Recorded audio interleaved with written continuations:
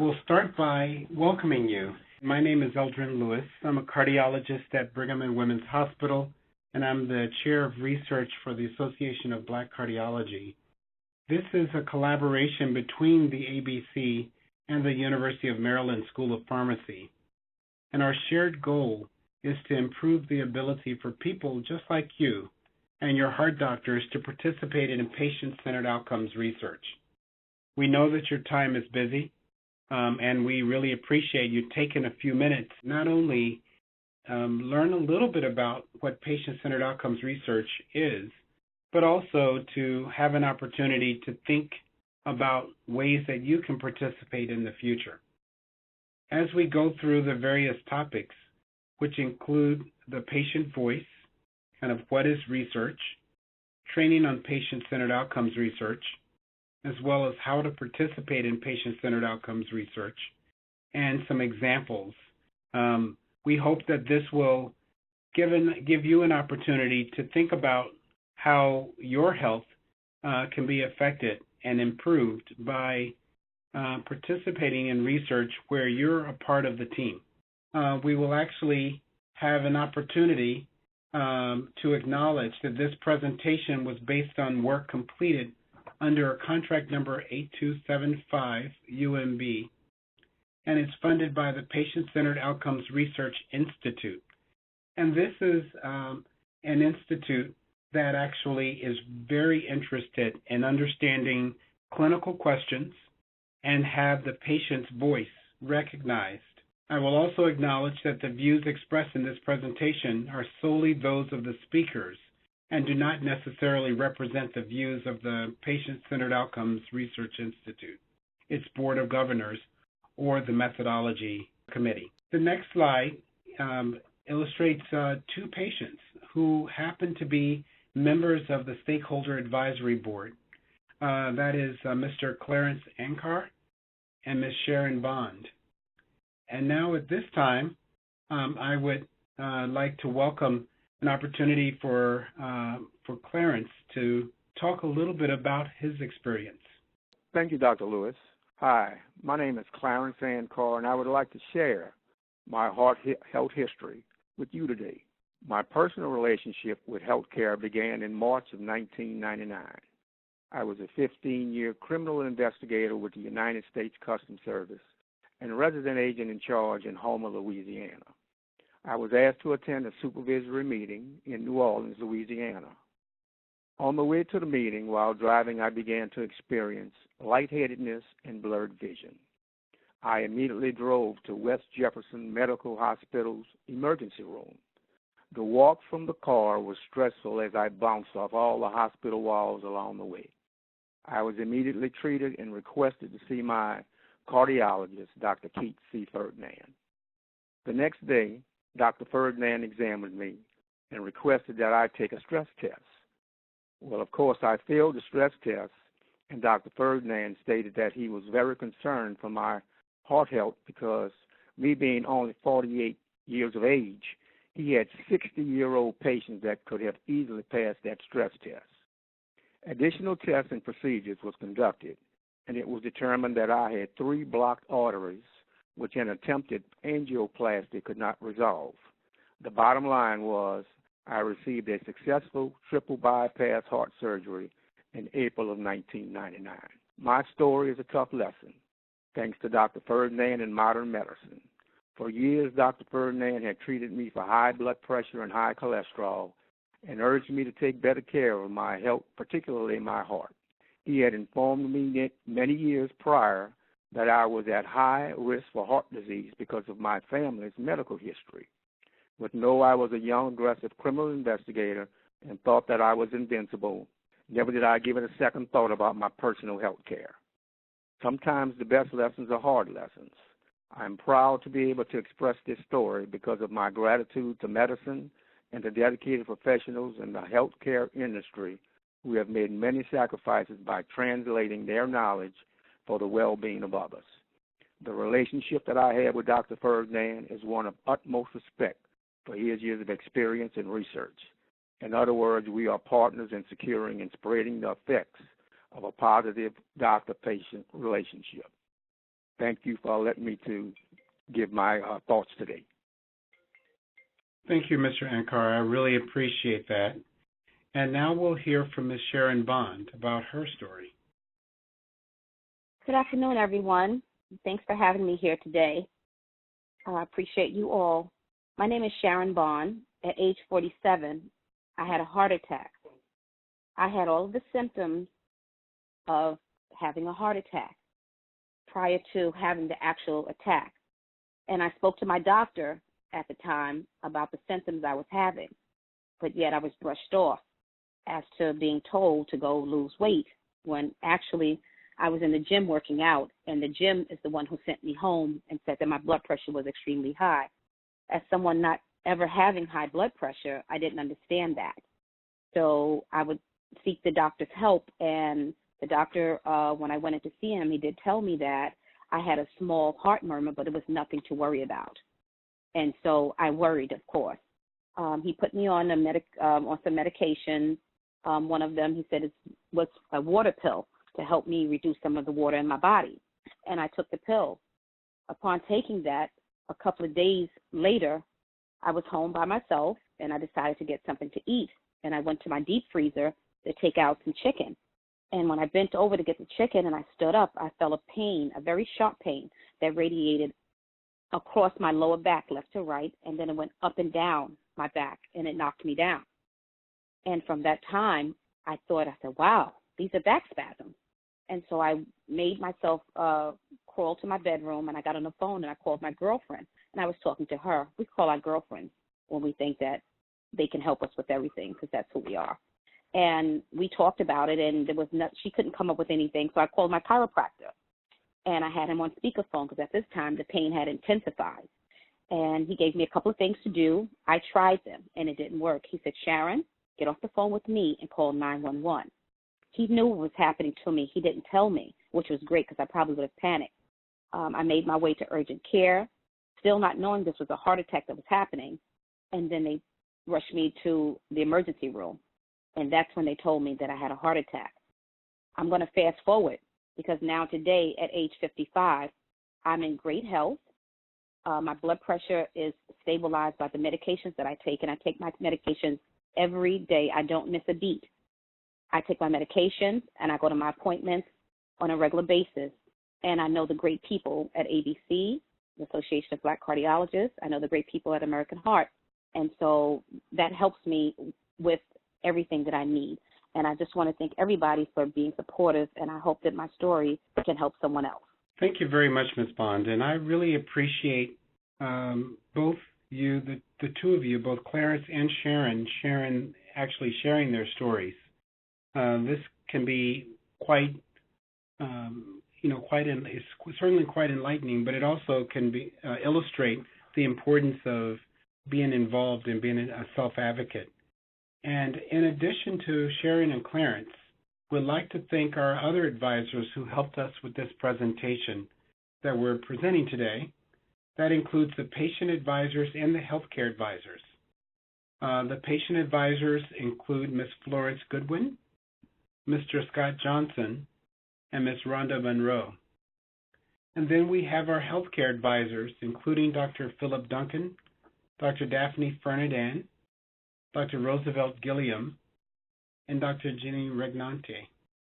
And we've all worked together, including many people who are not on the advisory panel, to actually put this presentation together for you. The difference between research and patient-centered research. So there is, in fact, a difference. So research in general is when we gather information to find answers to a specific question. Many times when we conduct research, we think very critically about the objectives that we want to answer, and we want to understand how to best design the study to answer that particular question. In healthcare, research is often designed to discover new information or better understand how to care for people. So you see it all of the time in the news, where we talk about an advancement that has happened in a particular disease that people may have, such as diabetes, or heart disease or stroke or even connective tissue disorders. And the research can be at the basic levels, trying to understand why disease happens. It can actually help us at the clinical level, trying to understand how an intervention or change in behavior can influence outcomes and improve how people do. So all of these are research, and there are a variety of ways to do it, whether you're studying large populations or studying individual people with disease. And patient-centered research is when there's a healthcare question and it actually addresses a specific patient's needs, for example, health outcomes. It informs and drives the research agenda. So instead of clinicians, doctors, nurses, researchers telling you what's important, you as a patient will actually say, these are the questions that I really want to know. And in fact, patients are a part of the research team. They co-develop the research plan as a part of the research team, and they actually often will sometimes participate in the research as well. The focus on the research is usually going to be meaningful to the patient. They'll have health outcomes that actually matter to the patient. So we may be very focused on one particular outcome as a clinician, but if we haven't lived with that particular condition, it can be difficult. And by you participating, you'll say, I really care about how I feel, or I really care about how I can minimize how many medicines I take, and coming up with other strategies. So these are just examples of patient-centered research. All of it is important. The basic research, the clinical research, but also the patient-centered research. And we're really focused on, during this presentation, on patient-centered research and why it's important to you. You can see that funding often comes from different organizations. In our case, it comes from a Patient-Centered Outcomes Research Institute, or PCOR. And the project title is the PCOR Training for ABC Practitioners and Their Patients. And once again, this is a collaboration between the University of Maryland Patients Program and ABC. And the Patients Program will empower patients to propose questions about their healthcare concerns and actively participate in studies to answer them. The goals of training really is by providing training about patient-centered outcomes research to people who actually have heart conditions and their doctors. And we hope by doing this, we can increase patient engagement in heart health research. Certainly, this is something that can allow us to answer questions that we've never even asked before. And it can have a tremendous impact on your overall outcomes and maximizing your quality of life. One of the questions is kind of, why and how? The why is kind of patients with heart conditions will help guide research so that it is most responsive to their concerns, needs, and goals. So as a clinician, even though I've taken care of many patients over the years, it's not the same as actually walking and living with a particular disease. So by working with clinicians, you as the patient can actually help us and actually give us new insight that then we can design the studies and ensure that that design will answer the question that you want answered. The how is actually to participate in research. And it's not just participating as a subject, a participant, someone who is going to be in the study and randomized to one treatment versus another arm versus a control arm. But in fact, you'll be intricately involved in working with us to actually come up with the questions, come up with how we will answer the question, and then trying to understand how to disseminate or to educate people on those results. So with that, I would like to introduce our next speaker. And our next speaker is Dr. C. Daniel Mullins. and he will talk about how to participate in patient-centered outcomes research. Thanks, Dr. Lewis. The best way to participate is really by sharing your story. It's important that your voice is heard. It's important that as researchers begin to think about improving the health of people with cardiovascular disease, that they understand the types of questions that go through your minds or the minds of your family members. And only when we hear how you would ask a question can we inform how researchers should ask questions, and that's how research becomes patient-centered research. You can also help us to think about what you hope to gain out of treatment and what you might want to avoid if you've heard about some of the side effects or the bad things that happen with treatments. And hearing all these things in the voice of a patient can really transform the way that research is done, so that we transform from the traditional role of doing research to being more patient-centered. As we start developing the way in which we gather data, patients can help us to think through whether they would be able to provide information in the format that we're asking. They can help us to think through whether they understand the questions that might be asked in a research study. And all of these things can help us to improve the way that research is done. If you do decide to participate in research, it's important that your voice is heard and that you think about how to become engaged. There are a variety of ways that you can get involved, and we're trying to change from the very passive way that research has historically engaged patients as human subjects and get them to be more integral, a part of the team, and to really think about moving from that passive participation as a study participant or as a subject in research to really guiding the way that research is done.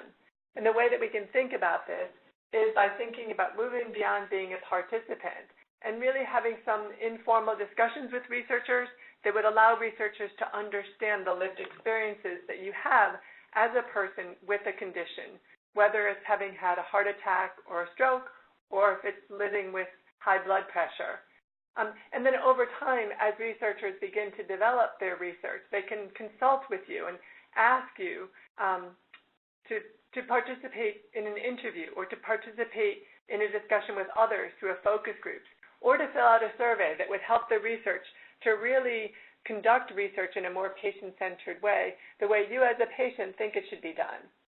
If you want to become even more involved, you can join as an advisory committee member so that rather than giving some advice once or twice, you can really become a part of a research team as an advisory board member, and then eventually as a true research member as a co-investigator, with the ultimate goal being that eventually, if we have active researchers who are patients themselves, that patients, as co-developers of research, can really direct the way that research is going. And so if you look at our bullseye, we can see that, it is not the best goal to be looking for a person solely to be a study participant, but really to move closer to directing the way that research is done so that research is patient-centered. Of course, we want to make sure that the partnership continues with people who are trained in research as well, so that physicians, nurses, pharmacists, and other healthcare providers, as well as researchers, remain involved so that the scientific integrity continues along with the patient-centeredness that we seek to gain through the insights of patients. Our philosophy is that patient engagement should occur at every step of the research, including before the research protocol has been designed. In order for that to happen, and in order for there to be a continuous process of engagement, we really need to address trust and respect, and in particular, some of the historical atrocities that have happened. In many parts of our country, bad things have happened in research in the past, and we first need to address the mistrust that has occurred because of this, and to build trust that in the future we can do research in a more patient-centered and a more trustworthy way.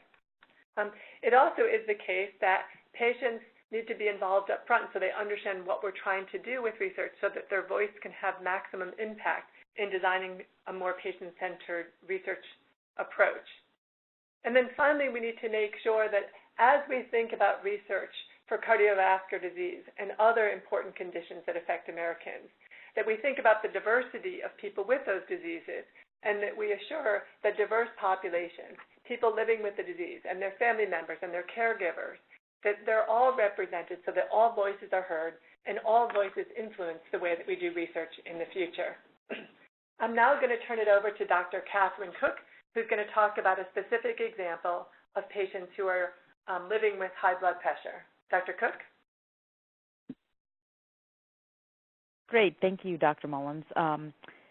So I think to better understand what it means to be part of a research team, I'd like to share an example where people with high blood pressure became members of a research team, and our goal was to help improve the way that we used medicines to control blood pressure. So before we talk about the research study, I just wanted to share a few facts about high blood pressure. So high blood pressure or hypertension, it's very common, and here in the United States, about 1 in every 2 adults has high blood pressure, and many of them, about 75%, take medicine for their blood pressure. But we're only able to achieve the right level of blood pressure about half the time, and so there are many reasons for this, but when we started talking to people that had high blood pressure, they told us that sometimes people don't take their medicines. And so we wanted to understand more about why and what could be done to make it better. And so with this in mind, we began working on a patient-centered research study on high blood pressure. So there are 3 areas of a patient-centered research study that the research team works on together. So the first area, the black, is called planning the study. The second area in yellow is called conducting the study. And the third area in red is called delivering solutions. So in planning the study, the black section, there's several questions that the research team must answer. So who should be on the research team? And as Dr. Mullins mentioned, you want to engage people kind of before you decide what the question should be and find out the needs of the people. So we'll talk about kind of how we did that, for the high blood pressure study. But after you form the team, then they meet regularly and they decide what the research question they're trying to answer should be, and it should include the needs of those that they want to study. When we conduct the study, the yellow section, the research team, they work to find people to participate in the study, how to collect data from the participants, and then how to present that data or what we learned from the study. And the last part of the research study, the red section, is delivering solutions. So once we get results from the study, we want to understand how we can use that information that we've learned to help people. So specifically, in this case, we're going to talk about how to help people with high blood pressure. So for the first area, planning the study, for the high blood pressure study, the research team included people who had high blood pressure. They really helped us, and you'll hear a little bit more about, what was the problem or the concern that they had and how to inform our research question. We also included doctors and nurses, pharmacists and researchers on the research team. And what we heard from people with high blood pressure was, you keep giving me more pills. They shared that the doctor gives you a medicine for high blood pressure and then sometimes tells you to take more of the medicine or adds on another one, and sometimes even a third or fourth medicine for blood pressure. And so even though this is a common way that doctors prescribe blood pressure medicines, the research team asked, is there a better way? And also people with high blood pressure told us they were really concerned with bad things happening from high blood pressure, like heart attacks or strokes. So putting that all together, the research team came up with the research question, how should blood pressure medicines be started and changed to decrease the chance of a heart attack or a stroke?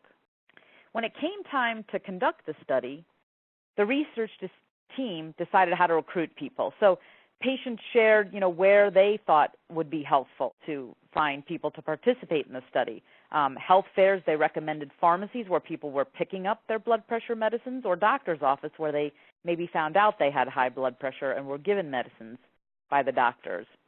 And then we also talked about how we collected data.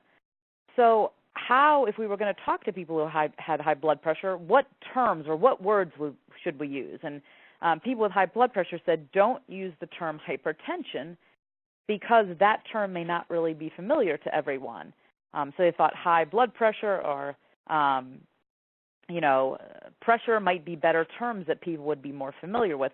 They also shared about how we would collect the data and thought it would be easier if we didn't make people travel to the research center. We could call them to obtain information over the phone. And so what did we find out from the results from the study? This is a couple of quotes that people in the study told the research team about changing their blood pressure medicines. So one participant said, "I would not want to change my pill. I would want to stay on that pill, and if they have to, just up the dosage." And another participant said, "I would be so upset, I barely want to take the one I take." So for this last area, delivering solutions, we kind of heard what the, participants in the research study told us, but the research team worked together to kind of find the right words to explain what that meant. And the research team came up with this paragraph. It says, "There are different ways that doctors can change your blood pressure medicines to get your blood pressure under good control. This study found that people with high blood pressure would rather have the dose of their medicine increased instead of having to add another medicine." So then the research team said, well, what does that mean in terms of how could we best use this information to start and change blood pressure medicines? And came up with this solution. Some pills contain more than one medicine. So if a person needs to take two medicines, then their doctors can give them the one pill that has both medicines in it.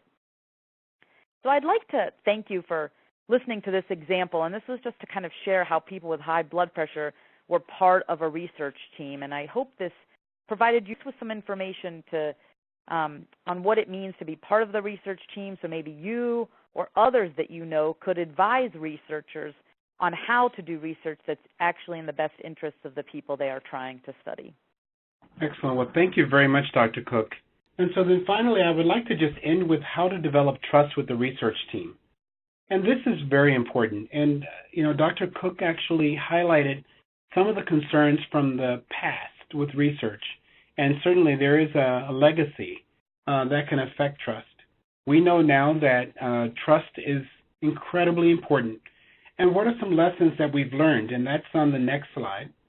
The first one is that trust is the key overarching element for patient-centered outcomes research.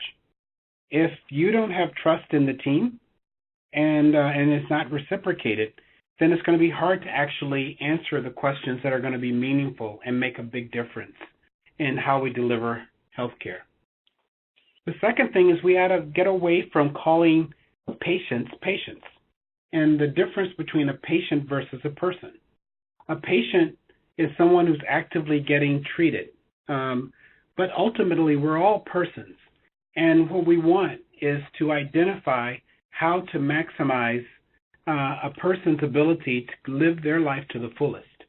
And they're not just a collection of their diseases, of the syndromes that they have.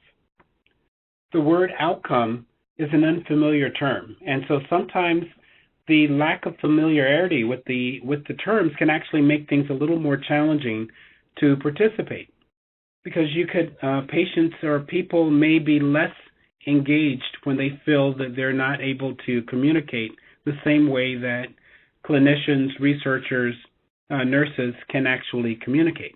So we have to make sure we eliminate all of the unfamiliar terms and then slow down and actually talk about things that are not well understood. The research is an abstract concept for many people. And so when we talk about research, let's just kind of talk about what it is. We're trying to answer a question.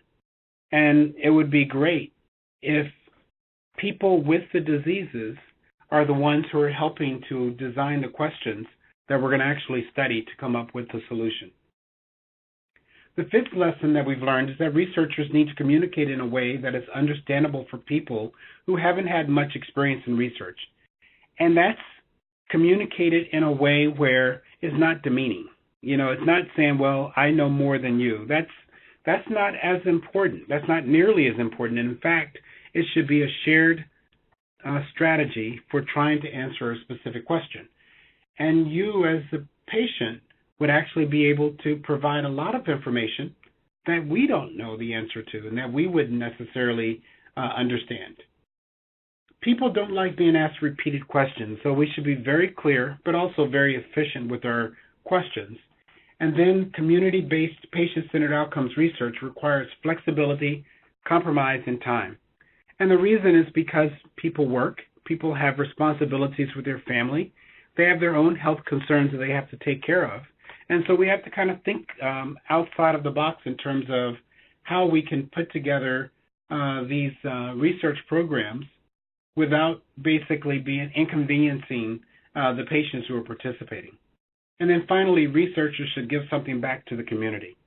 And that can be done in many different ways. The first is just to implement what we've learned into the real world and understand how it impacts it. The second is to actually understand how, what people want to hear. And then finally, we should ensure that the community is actively participating, and as a consequence, they're receiving the results of the study. They don't have to subscribe to a journal and read it, but in lay terms, we should be able to describe exactly what we've learned from the study. I would like to thank everyone for participating today, for all of our presenters, including our Stakeholder Advisory Board members, who are our patient advisors, but also you for taking time to actually participate and to listen. And we hope that everyone who's participating will click on that link, because that will be very important to help us come up with better strategies to teach you about how to do patient-centered outcomes research. Thank you very much, and I hope that you have a good day.